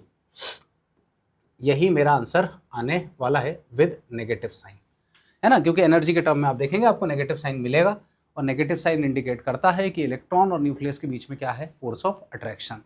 तो आप E2 को देखें तो आपके पास जो E2 मिल रहा है वो ये आपको दिख रहा है यहाँ पे 9.69 इंटू 10 की पावर -19 इंटू 9/4, ये सिंपल आपका आंसर आ जाएगा। ठीक, क्वेश्चन नंबर 68 प्रैक्टिकल केमिस्ट्री का सवाल है, सॉल्ट एनालिसिस का। नाइट्रोप्रोसाइड टेस्ट सल्फर के लिए होता है, सल्फाइड के लिए नाइट्रोप्रोसाइड टेस्ट NOS बनता है, NOS बनता है नाइट्रोप्रोसाइड टेस्ट, है ना। जो नाइट्रोप्रोसाइड टेस्ट होता है वो सल्फर के लिए होता है, और शॉर्ट ट्रिक मैंने बताई थी कि इसके अंदर जो बनता है वो NOS बनता है। क्या बनता है, NOS, याद करो। नेस्लर रिएजेंट NH4 के लिए होता है ना, K2HgI4 नेस्लर रिएजेंट अमोनियम के लिए होता है, ग्रुप 0 का कटायन है ये, है ना, किसका कटायन है, ग्रुप 0 का। ठीक, उसके बाद टॉलेंस रिएजेंट हमें पता है यहाँ पे, तो P का आ रहा है 2 और Q का आ रहा है 3 और R का आ रहा है 4, तो बिल्कुल सही है, ये हमारा आंसर आ जाएगा यहाँ पे, सिंपल सा ये वाला। Aqueous brown ring test nitrate के लिए, ब्राउन रिंग टेस्ट नाइट्रेट के लिए जो है ना, इसको अपन सिल्वर मिरर टेस्ट भी कहते हैं, सिल्वर मिरर टेस्ट भी कहते हैं। और यहाँ पे आप देखेंगे तो ये आ जाएगा आपका ब्राउन रिंग, और क्या दिख रहा है, test, this test is brown ring test. Clear, आगे बढ़ते हैं। The energies of first second and third Bohr's orbit of He cation. देखो सीधी सी बात है, एनर्जी का लेवल बढ़ते जाता है हमेशा, जैसे जैसे n की वैल्यू बढ़ती है एनर्जी का लेवल बढ़ता है, क्योंकि हमें पता है कि एनर्जी बराबर होता है -13.6 इंटू Z² बाय, बोलो क्या होता है, N² EV। और यहाँ बच्चे कंफ्यूज हो जाते हैं कि इन्वर्स है, भैया इन्वर्स नहीं है, यहाँ पे ध्यान दो, ये देखो, तो n का वैल्यू अगर इंक्रीज होगा तो E का वैल्यू भी डेफिनेटली बोलो क्या होगा, इंक्रीज। कहने का मतलब अगर ये न्यूक्लियस है आपके पास, ये फर्स्ट शेल, ये सेकंड, ये थर्ड, ये फोर्थ, अरे है ना, ऐसा दिख रहा है, ये फर्स्ट सेकंड थर्ड फोर्थ, ऊपर की तरफ जाते जाओ, एनर्जी का वैल्यू जो है वो लगातार बढ़ता जाएगा। तो भाई मेरे E3 जो आएगा उसका वैल्यू सबसे कम, फिर E2, और सबसे ज़्यादा जो वैल्यू आएगा वो किसका आएगा, E3 का, है ना। तो E3, E2 और E1, ये मेरा करेक्ट आंसर होने वाला है इस क्वेश्चन में 69 में। ठीक है, चलिए आगे बढ़ते हैं। क्वेश्चन नंबर 70 है, फॉर्मेशन ऑफ ऑक्साइड की बात कर रहे हैं। Notice that Pb2 is more stable then Pb4+। ठीक है, ध्यान से देखते हैं अपन जरा, क्या कह रहा है ये, कि Pb2+ is more stable then Pb4+। बिल्कुल सही है, इनर्ट पेयर इफेक्ट लगता है इसके अंदर। कौन सा इफेक्ट लगता है इसके अंदर, इनर्ट पेयर। तो ये अपने आप नहीं होगा ना। अब आप पहली इक्वेशन को देखो, क्या कह रही है कि PbO2 है, PbO2 में देखें तो लेड आपका +4 में है, आप इसको Pb से रिएक्ट करा के बना रहे हैं PbO, PbO मतलब +2 में, तो अपने आप थोड़ी जाएगा वो, +4 से +2 में अपने आप जाएगा, सॉरी +4 में बैठा है, +2 में अपने आप जाएगा, क्योंकि +2 का जो स्टेट है वो ऑक्सीडेशन स्टेट ज़्यादा स्टेबल है, ये कम स्टेबल है। Pb+2 में स्टेट ज़्यादा स्टेबल है, Pb+4 में कम स्टेबल है। तो ज़्यादा स्टेबल है तो भैया कम स्टेबल से लेस स्टेबल से किसकी तरफ मूव करेगा, मोर स्टेबल, स्पॉन्टेनियसली जाएगा, अपने आप जाएगा। तो डेल्टा G का वैल्यू जो आएगा वो <0 आ जाएगा, डेल्टा G का वैल्यू आएगा <0, है ना। तो 0 से कम आएगा, यहाँ लिख लेते हैं अपन, नेगेटिव आएगा, ये स्पॉन्टेनियस होगा, नेगेटिव आएगा, नेगेटिव मतलब <0। क्यों, क्योंकि ऐसा जो है ये स्पॉन्टेनियसली हो जाएगा, अपने आप होगा। लेकिन दूसरे एग्जाम्पल में बोला है +4 से +2 में, है ना, तो आप इसमें टिन को देखो, ये जो टिन दिख रहा है आपको, ये टिन जो दिख रहा है ये मुझे +4 की स्टेट में दिख रहा है और यहाँ +2 में आ रहा है, तो ऐसा नहीं होगा। +4 से +2 में अपने आप नहीं आएगा। अपने आप नहीं आना मतलब नॉन स्पॉन्टेनियस होगा, क्योंकि टिन में जो है ये कह तो रहा है टिन इज़ लेस स्टेबल, तो नॉन स्पॉन्टेनियस है। तो नॉन स्पॉन्टेनियस होने का मतलब डेल्टा जी है, उसका जो वैल्यू आ रहा है वो पॉजिटिव आएगा। डेल्टा जी का वैल्यू कैसा आएगा? पॉजिटिव, है ना। तो एक में जी का वैल्यू <0 और एक में जी का वैल्यू >1। तो G1 जो आएगा <0 आएगा, है ना, और ये >0। तो ये आपका जो करेक्ट आंसर होने वाला है। क्वेश्चन नंबर 71 को देखते हैं। केमिकल काइनेटिक्स का सवाल है और ये कह रहे हैं for a reaction under certain condition of temperature and partial pressure of reactant the rate of formation of NH3 is 0.01 kg/h। यहाँ पे अक्सर बच्चे गलती कर जाते हैं, वो क्वेश्चन को डायरेक्टली यहीं से सॉल्व करने की कोशिश करते हैं। kg/h है, पहले इसको मोल पर आर में चेंज करना पड़ेगा आपको। आप जो भी रेट ऑफ रिएक्शन का सवाल सॉल्व करें, अगर वो ग्राम में दिया हो, केजी में दिया हो, पहले आपको मोल्स में कन्वर्ट करना होगा, वरना आप आंसर निकालेंगे अगर इसका डायरेक्ट यूज़ करके तो आपका ये आंसर आ जाएगा। और मैक्सिमम जनता ने ये करा भी होगा, ये आंसर निकाल दिया होगा उन्होंने 0.0015 मल्टीप्लाई करके। पर ध्यान रखना, क्वेश्चन को सॉल्व करेंगे तो पहले हमको उसको कन्वर्ट करना पड़ेगा, किसके अंदर? मोल्स के अंदर कन्वर्ट करना पड़ेगा। तो जैसे मैं बात करूं तो NH3 और H2 की बात करिए, तो सबसे पहले तो मुझे यहाँ पे दिख रहा है N2 + 3H2 gives twice of NH3 है। तो मैं यहाँ पे रेट की बात करूंगा तो रेट बराबर क्या लिखूंगा मैं? d/dt ऑफ N2, है ना, बराबर लिखूंगा मैं यहाँ पे 1/3 d/dt of H2। Minus sign आप चाहे तो लगाएं, नहीं तो कोई दिक्कत नहीं है ना। और यहाँ पे आ जाएगा 1/2 d/dt ऑफ NH3। ऐसा कुछ आपको दिया है और हमसे यहाँ पे जो बात करी है वो इन दो चीज़ों के रेफरेंस में बात करी है, इन दोनों चीज़ों के रेफरेंस में बात करी है कि आपको d/dt ऑफ H2 निकालना है। तो बच्चों अगर मैं d/dt ऑफ H2 की बात करता हूँ, rate of disappearance of hydrogen की बात करता हूँ, जो कि निकालना भी है, तो ये आ जाएगा 3/2 इंटू d/dt ऑफ NH3।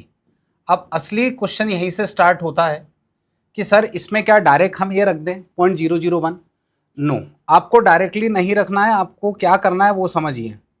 तो d/dt ऑफ H2 लिखा हुआ है, यहाँ पे 3/2 लिखेंगे और इसका जो रेट दे रखा है वो 0.001 kg में दिया है। तो पहले kg को कन्वर्ट करो ग्राम में, तो kg को कन्वर्ट करने के लिए 1000 से मल्टीप्लाई करा ग्राम, और फिर इसको आप डिवाइड करेंगे 17 से मॉलिक्यूलर मास से, 17 से मॉलिक्यूलर मास। तो यहाँ मेरा जो भी आंसर आएगा, है ना, आप अगर ध्यान से देखें तो ये 0.01 से 1000 पूरा चले जाएगा, है ना। और यहाँ पे आप देखें तो d/dt of H2, d/dt of H2 का जो मेरे पास वैल्यू आ रहा है वो वैल्यू मेरे पास आ रहा है 3/34, है ना, मोल पर आर में, 3/34 मोल पर आर में। लेकिन मुझे आंसर मोल पर आर में नहीं दिया है, मुझे आंसर यहाँ पे मोल्स पर आर में नहीं दिया है। ध्यान रखना, पहले मैंने केजी को कन्वर्ट करा ग्राम, ग्राम को कन्वर्ट करा मोल में, मोल पर आर में नहीं दिया आंसर, मुझे आंसर तो दिया केजी पर आर में। आपको दोबारा उसको चेंज करना पड़ेगा।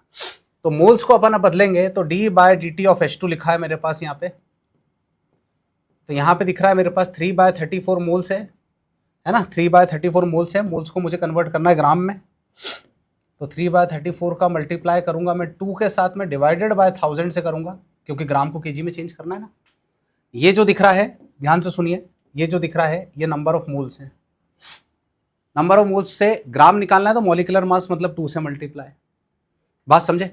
आप इसको सॉल्व करेंगे जब, तो ये आपको पूरा डिवाइड करने के बाद d/dt ऑफ जो H2 आ रहा है वो आएगा आपका 0.000176, ऐसा कुछ आएगा, ये 0.000176। या मैं इसको अगर सॉल्व करूं तो लिख सकता हूं 1.76 इंटू 10 की पावर -4, या राउंड ऑफ करेंगे तो 1.8 के आसपास जो आएगा वो kg पर आर में आएगा, kg पर आर में आएगा, ध्यान रखिएगा। तो यहाँ जो आपका आंसर दिख रहा है वो ये आएगा 1.76 की जगह 1.82 इंटू 10 की पावर -4 kg पर आर। क्लियर है? क्लोज आंसर देखेंगे हम। ठीक, चलिए question number 72। Group of nitrogen Cn-NO + C2 are diamagnetic in nature. देख लेते हैं डायमैग्नेटिक है कि नहीं है। नाइट्रोजन के पास यहाँ पे 14 इलेक्ट्रॉन्स आ रहे हैं, इधर भी 14 है, इधर भी 14 है, इधर भी 14। आइसो इलेक्ट्रॉनिक है, बिल्कुल डायमैग्नेटिक है। पहला स्टेटमेंट बिल्कुल सही है। Are diamagnetic in nature, even number of electrons अगर है तो डायमैग्नेटिक होते हैं 10 और 16 को छोड़कर। अगर इवन नंबर ऑफ इलेक्ट्रॉन्स हैं तो they are diamagnetic in nature 10 और 16 को छोड़कर। क्लियर? दूसरा स्टेटमेंट कह रहा है diatomic species are have same bond order. गलत बात है, डाई अटोमिक स्पीशी का बॉन्ड ऑर्डर सेम नहीं होता, जरूरी नहीं है। आप यहां पे देखेंगे तो N2 डाई अटोमिक है, इसका बॉन्ड ऑर्डर 3 है, और O2 भी डाई अटोमिक, इसका बॉन्ड ऑर्डर 2 है। O2 भी डाई अटोमिक है, इसका बॉन्ड ऑर्डर जो आ रहा है वो 2 आ रहा है। तो ऐसा बिल्कुल जरूरी नहीं है, ऐसा बिल्कुल जरूरी नहीं है। F2 भी डाई अटोमिक है, इसका बॉन्ड ऑर्डर 1 आता है। ऐसा जरूरी नहीं कि डाई अटोमिक स्पीशीज तो बॉन्ड ऑर्डर सेम आएगा। Diatomic species which have same bond order have same number of, क्या बोला है, अनपेड इलेक्ट्रॉन। तो पहली बात तो डाई अटोमिक स्पीशी का बॉन्ड ऑर्डर जरूरी नहीं है, लेकिन अभी कह रहे हैं कि अगर कोई डाई अटोमिक स्पीशी है और उसमें सेम बॉन्ड ऑर्डर आ रहा है तो number of unpaired electron same आएंगे। तो ये बात भी बिल्कुल क्या है, गलत है। ऐसा बिल्कुल भी जरूरी नहीं है, अलग अलग भी हो सकते हैं, बिल्कुल जरूरी नहीं कि सेम नंबर ऑफ इलेक्ट्रॉन्स हो उसमें अनपेड। ठीक है, तो statement 1 is true but statement 2 is false. Statement 1 is true but statement 2 is false. ठीक है, आगे बढ़ते हैं। For a reaction 2A + B gives product, for a reaction 2A + B gives product, है ना। और आपसे बोला है doubling the initial concentration of both the reactant increases the rate by 8। अगर दोनों को डबल कर दिया, दोनों को डबल कर दिया तो जो रेट ऑफ रिएक्शन वो कितने से बढ़ रहा है, 8 से। तो ठीक है भाई, तो यहां पे अगर मैं कहता हूं कि रेट बराबर लिखो तो रेट 1 बराबर लिख लो यहाँ पे K, A की पावर X, B की पावर Y, ऐसा लिखा हुआ है। और कह रहे हैं कि अगर दोनों के कॉन्सेंट्रेशन को डबल कर दिया है, दोनों के कॉन्सेंट्रेशन को डबल करा है ना, तो रेट ऑफ रिएक्शन कितना टाइम्स हो जा रहा है, 8 टाइम्स हो जा रहा है। ठीक है, तो यहाँ पे जो रेट 2 लिखूंगा, तो रेट 2 लिखूंगा तो यहाँ पे आ जाएगा 2A की पावर में X एंड 2B की पावर में कितना आ गया, Y, ऐसा दिख रहा है। और रेट 2 जो आ रहा है वो 8 टाइम्स ऑफ, बोलो क्या आ रहा है, रेट 1। तो R1 बाय R2, K से तो K चले आएगा, A अपॉन 2A की power X, B upon 2B की पावर में Y, और R2 की वैल्यू 8 टाइम्स ऑफ RE/R1, तो 1 अपॉन 8 R1, यहाँ पे R1 इक्वल टू A से ये गया तो 1/2 की पावर में X एंड 1/2 की पावर में बोलो Y। ये पूरा टर्म गया है ना, R1/R2 करा था ना, R2 जो था 8 टाइम्स ऑफ क्या था, R1 था, ये आ गया तो 1/8 है ना। अब ध्यान से देखो, तो 1/8 को लिख लो 1/2 की पावर में 3, और यहाँ पे आया 1/2 की पावर X, 1/2 की पावर Y, तो X + Y का वैल्यू तो मेरा 3 आ रहा है। तो ओवरऑल ऑर्डर तो 3 है, X + Y का वैल्यू 3 आ रहा है, मतलब ओवरऑल ऑर्डर जो आ रहा है वो 3 आ रहा है। ठीक है, अब देख लेते हैं इंडिविजुअली किसका क्या कह रही है। Doubling the concentration of B alone doubles the rate of reaction. B को डबल करा तो रेट ऑफ रिएक्शन भी डबल हो गया। ठीक है ना, अगर B के कॉन्सेंट्रेशन को डबल करा तो रेट भी डबल हुआ, B डबल तो रेट भी डबल, यानी जो मेरा B है वो फॉलो कर रहा है फर्स्ट ऑर्डर काइनेटिक्स को। B जो है वो फॉलो कर रहा है फर्स्ट ऑर्डर काइनेटिक्स को, यानी B अगर फर्स्ट ऑर्डर को फॉलो कर रहा है तो डेफिनेटली ये कौन सा है, सेकेंड ऑर्डर। तो A की पावर 2 और B की पावर 1, A की पावर 2 और B की पावर 1। क्लियर एकदम, ठीक है, आगे बढ़ते हैं। If the vapour pressure of solution of 2 liquids are less than expected from ideal solution, vapour pressure कम हो जा रहा है दो चीजों को मिक्स करने पे, है ना।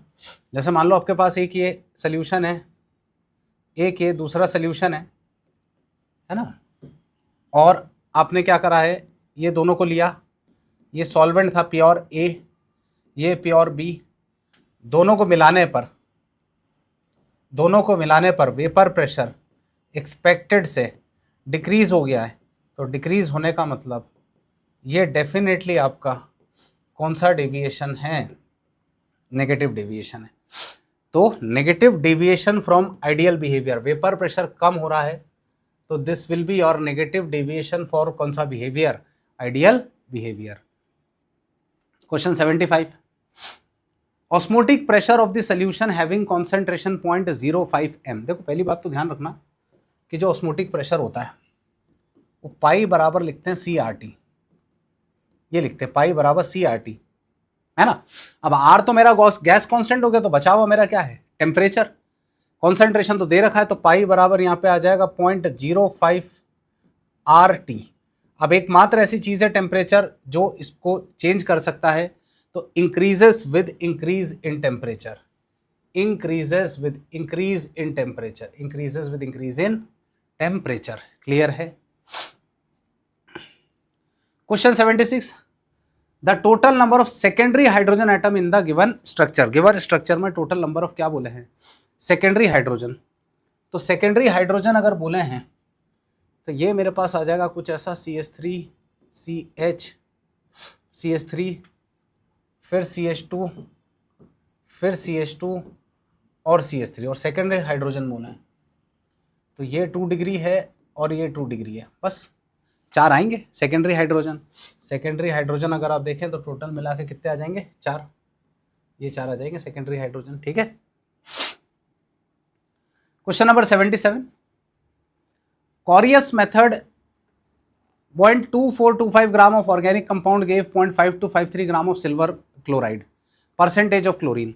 जब इस टाइप के सवाल है ना कॉरियस मेथड के, तो ये मेरे पास कोई ऑर्गेनिक कंपाउंड रहा होगा, इसमें हमने जो भी सीरीज ऑफ रिएक्शंस कराई होंगी एस्टिमेशन में, तो इसने जो है आपको फाइनली AgCl दिया, इसके वाइट कलर के PPT होते हैं AgCl की।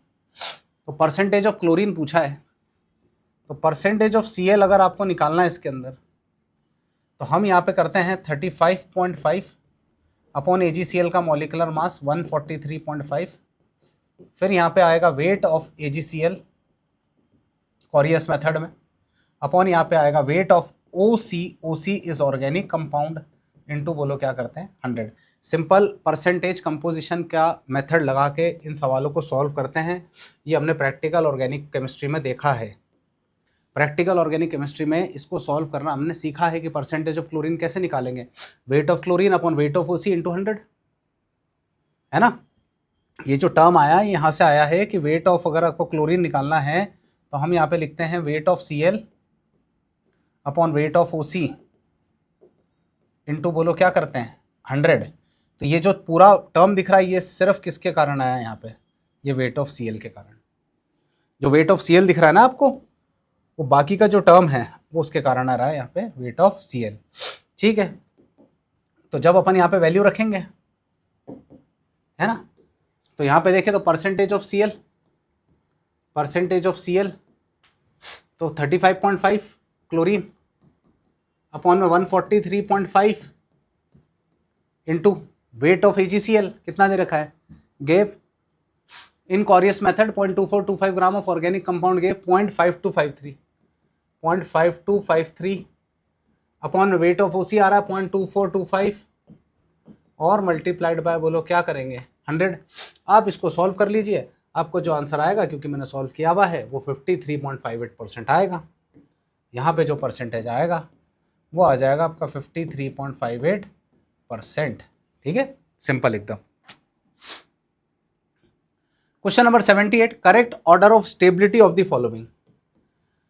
तो भाई कार्बो एनायन है ये, तो कार्बो एनायन की अगर बात करें तो CH3 CH2 और यहाँ पे माइनस है, फिर यहाँ पे CH और ये ट्रिपल बॉन्ड C और ये माइनस है ना, डबल बॉन्ड ले लो इसको अपन, तो यहाँ पे आ जाएगा CH2 डबल बॉन्ड CH और ये माइनस है, और यहाँ पे आ जाएगा CH3 और ये CH2 और ये क्या आ गया minus.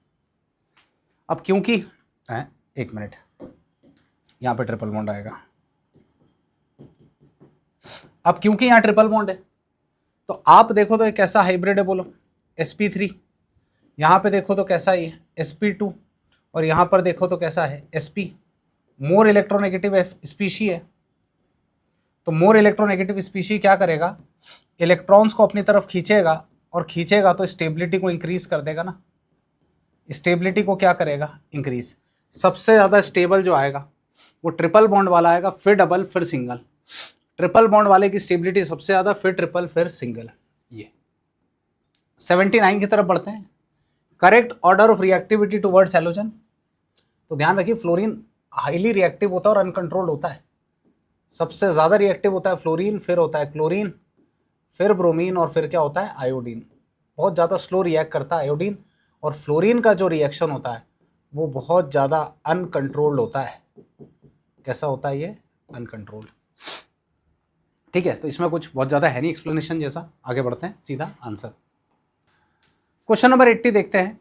Alkenes can be formed from carbonium ion. अधिकतर तो कंफ्यूज हो जाते हैं कि कार्बोनियम आयन क्या होता है। ईएम लगा हुआ, ईएम, ईएम मतलब पॉजिटिव चार्ज को रिप्रेजेंट करता है। ईएम मतलब पॉजिटिव चार्ज। तो कोई अपनों से जब कहता है कि कार्बोनियम, कार्बोनियम आयन मतलब सी के ऊपर कौन सा चार्ज, पॉजिटिव चार्ज रहेगा इसके अंदर। अब आपको अल्कीन बनाना है, तो अल्कीन बनाने का सीधा सा मतलब है कि यहाँ पे आपके पास कुछ ऐसा रहा होगा, ये C, ये H, और यहाँ पे बोलो प्लस, और बोला इससे अल्कीन बनाना है। तो अल्कीन बनाने के लिए आपको एलिमिनेशन कराना पड़ता है ना। अल्कीन बनाने के लिए क्या कराना पड़ेगा, एलिमिनेशन। ये सिग्मा बॉन्ड है और ये बोलो क्या है, पाई है। तो डेफिनेटली ये वाला बॉन्ड जब नीचे आएगा, ये बॉन्ड नीचे आएगा, तो यहाँ से H प्लस बाहर जाएगा ना, यहाँ से H प्लस बाहर निकलेगा, यहाँ से H प्लस बाहर निकलेगा तो ही तो बनेगा। तो H प्लस मतलब प्रोटॉन, तो प्रोटॉन का एलिमिनेशन करा दो, एलिमिनेशन ऑफ प्रोटॉन, प्रोटॉन का एलिमिनेशन से आपका अल्कीन मिल जाएगा। क्लियर एकदम। बढ़ते हैं आगे। नेक्स्ट है the order is correct for carbon hydrogen bond length. देखो कार्बन हाइड्रोजन बॉन्ड लेंथ में ना बहुत ज़्यादा डिफरेंस तो नहीं है, बहुत माइनर डिफरेंस होता है, वो मैं बता देता हूँ। कि अगर यहाँ पे ऐसा लिखा हुआ है तो ये होता है 106 पिकोमीटर का, है ना। अगर मैं यहाँ पे लिखता हूँ डबल बॉन्ड और यहाँ पे H, तो ये 108 होता है, और C सिंगल बॉन्ड H जो होता है वो 109 पिकोमीटर होता है। ये आपका डेटा है। तो सिंगल बॉन्डेड अगर है तो वहाँ पे ज़्यादा आएगा। तो CH सबसे छोटा, ट्रिपल बॉन्ड, फिर डबल और single bond, triple single double. Data आपके सामने दिख रहा है 106, 108 और 109। बात समझे। सिंगल बॉन्ड जो होता है वो लंबा ही होगा, ट्रिपल बॉन्ड से जुड़ा हुआ थोड़ा छोटा होता है, कि इलेक्ट्रोनेगेटिविटी ज़्यादा रहता है। Next question, which of the following has highest value of pKa। चलो जरा पहले इसको समझो। जो Ka होता है वो डायरेक्टली प्रोपोर्शनल होता है एसिडिक स्ट्रेंथ के। Ka जो होता है वो डायरेक्टली प्रोपोर्शनल किसके होता है, एसिडिक स्ट्रेंथ। लेकिन जो pKa होता है वो इन्वर्स होता है एसिडिक स्ट्रेंथ के। ये जो होता है वो इन्वर्स ऑफ होता है कौन सी स्ट्रेंथ के, acidic strength. Ka directly proportional acidic strength होता है, और pKa जो होता है वो इन्वर्स होता है किस बात के, एसिडिक स्ट्रेंथ। अब ध्यान से देखो, आप यहाँ पे देखें तो यहाँ पे 3 फ्लोरीन है और यहाँ पे 1 क्लोरीन है, मतलब -I मैक्सिमम है। -I मैक्सिमम, मैक्सिमम मतलब स्ट्रॉन्गेस्ट एसिड है ये जो दिख रहा है स्ट्रॉन्गेस्ट एसिड है। और इधर देखूं मैं तो ये मेरा जो आ रहा है ये वीकेस्ट एसिड आ रहा है, क्योंकि यहाँ +I मैक्सिमम है, +I मैक्सिमम है, तो वीकेस्ट एसिड है। और आपसे बोला है which has highest value of pK उसकी ज़्यादा होगा जिसका एसिडिक स्ट्रेंथ सबसे कम है। pKa उसका ज़्यादा आएगा, एसिडिक स्ट्रेंथ सबसे कम हो, तो एसिडिक स्ट्रेंथ लीस्ट है, इस वजह से इसका pKa का वैल्यू जो आएगा वो मैक्सिमम आएगा। pKa का वैल्यू कैसा आएगा, मैक्सिमम। ठीक है।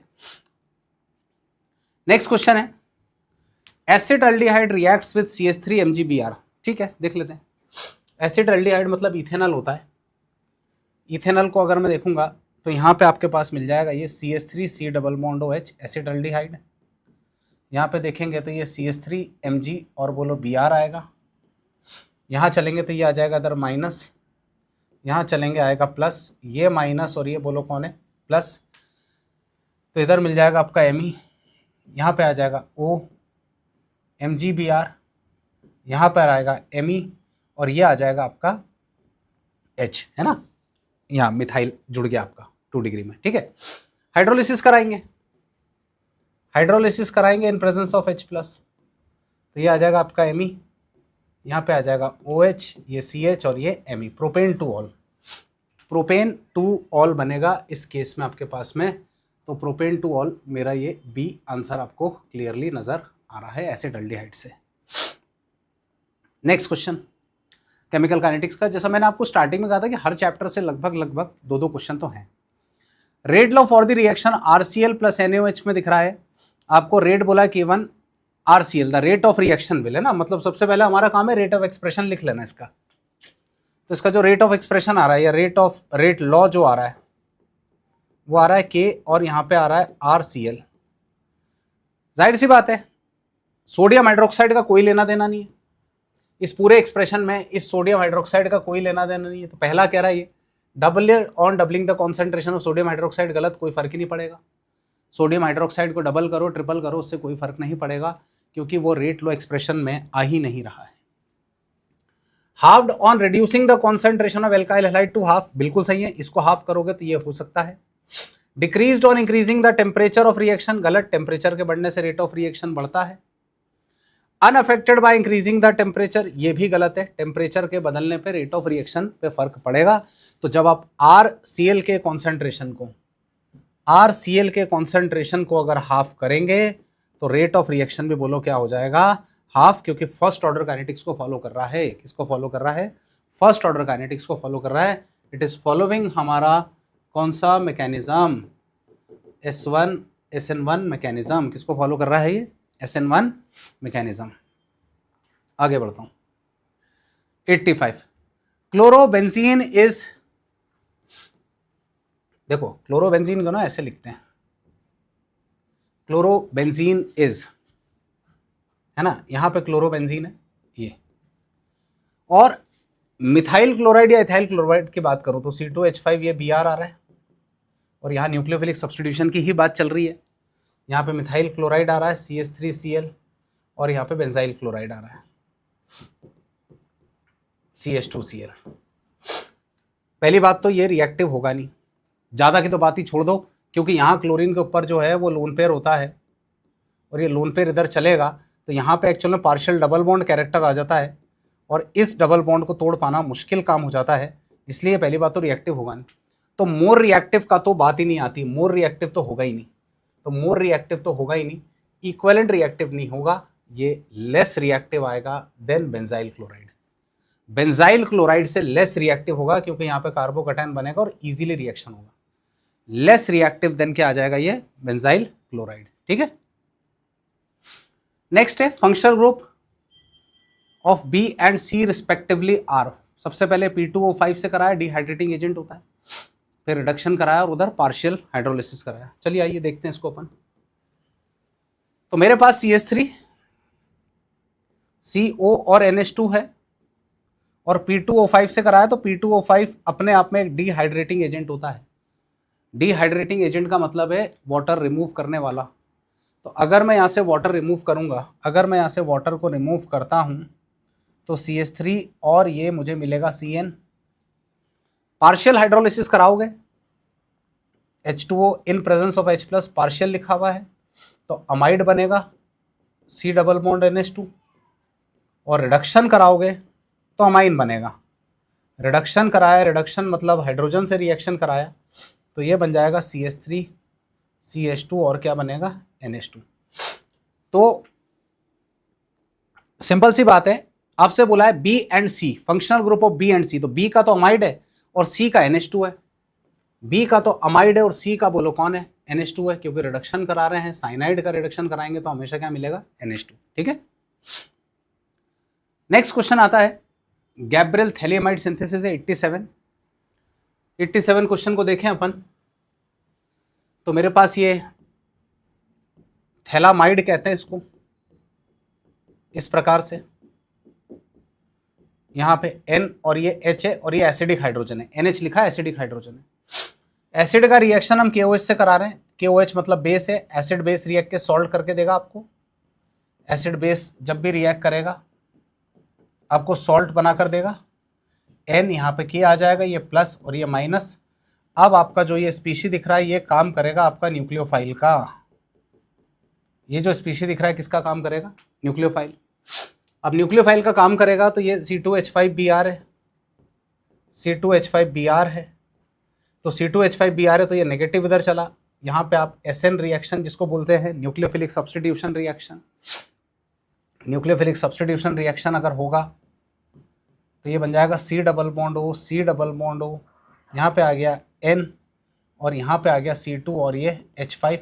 हाइड्रोलिसिस जब आप कराएंगे, हाइड्रोलिसिस कराएंगे तो आपको ये जो ग्रुप दिख रहा है ये वाला ग्रुप, ये आपका मिलेगा CH3 CH2 और NH2 मिलेगा। CH3 CH2 और क्या मिलेगा? NH2। और जो ये बचा वाला ग्रुप है ये आपको देगा phthalic acid, C double bond OH और C double bond OH after hydrolysis.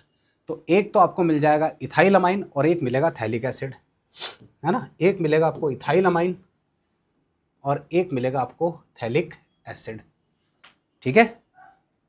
चलिए क्वेश्चन 88 की बात करते हैं। Biomolecule which of the following is example of aldohexose, aldehydic hexose.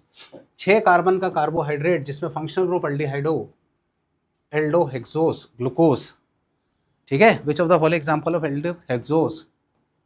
89 glucose and fructose are dash of each other, तो functional group isomer होते हैं, functional group isomer होते हैं। ग्लूकोज जो होता है उसमें एल्डिहाइडिक ग्रुप होता है जिसको हम एल्डोहेक्सोस कहते हैं, और कीटो फ्रक्टोज जो होता है उसको हम कीटोहेक्सोस कहते हैं। फंक्शनल ग्रुप का डिफरेंस आता है दोनों में, तो एल्डोहेक्सोस और कीटोहेक्सोस, ठीक है, functional group isomer. 90 and last question. Boric acid and fluoroboric acid both are monobasic, बिल्कुल सही है, मोनोबेसिक है।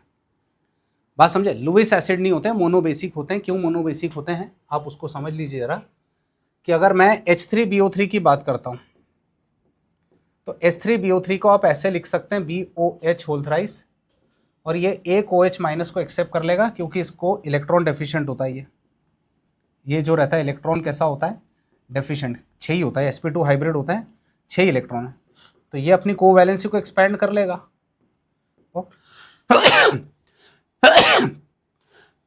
सॉरी, ये कुछ ऐसा बनाता है ना। और HbF4 जो आपको दिख रहा है वो अपने अंदर से एक H प्लस डोनेट कर देगा, H प्लस डोनेट करके ये BF4 माइनस बना लेगा। तो ये इस तरीके से मोनोबेसिक है, बिल्कुल सही है ना। इन फैक्टर 1 है दोनों का इन फैक्टर 1 है। Statement 1, both the acids are OH acceptor, गलत है, दोनों OH एक्सेप्टर नहीं, एक ही है। OH एक्सेप्टर एक ही है, दोनों नहीं है। तो स्टेटमेंट 1 इज करेक्ट है बट 2 इज फॉल्स है। Statement 1 is true but 2 is false. तो ये था आपका सिंपल सा पेपर नंबर 90। आप देखिए सेकंड स्टेटमेंट बोल रहा है कि दोनों OH एक्सेप्टर है, दोनों नहीं भाई, एक ही है। ये देखिए एक ही ने OH लिया है, दूसरे ने OH नहीं लिया, उसने तो H प्लस दिया है, ठीक है।